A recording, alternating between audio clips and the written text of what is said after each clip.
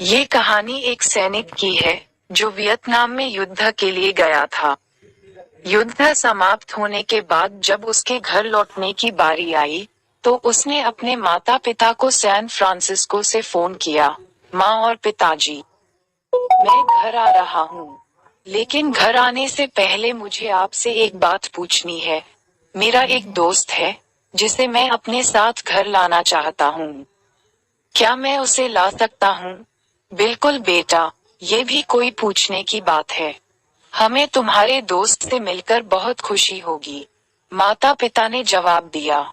लेकिन पहले एक बात आप लोग जान लें, सैनिक बोलता गया, युद्ध में वह बहुत बुरी तरह घायल हो गया है।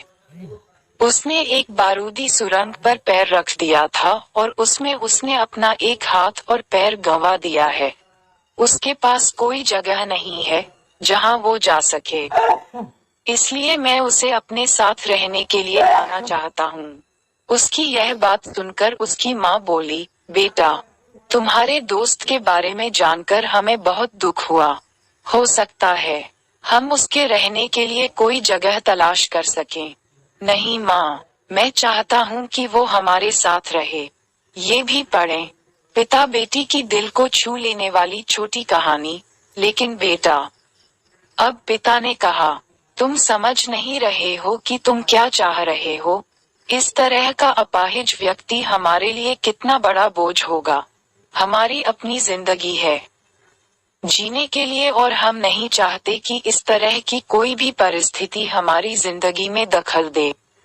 मेरे हिसाब से तुम्हें अकेले घर आना चाहिए और अपने दोस्त को वहीं छोड़ देना चाहिए।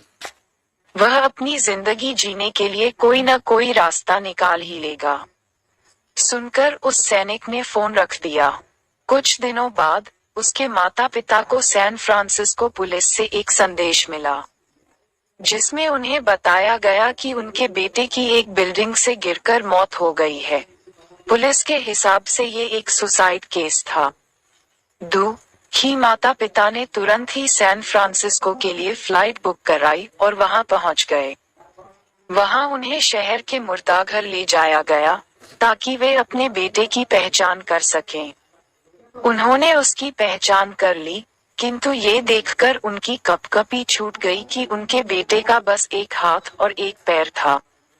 दोस्तों, इस कहानी में जो माता पिता हैं, वे हम में से बहुत से लोगों की तरह हैं, जो अपनी सुविधाओं को सबसे अधिक महत्व देते हैं। वे उन लोगों से प्यार करना या रहना या समय बिताना चाहते हैं जो दिखने में अच्छे हैं, स्वस्थ हैं या फिर जिनके साथ रहकर उन्हें मजा आता है।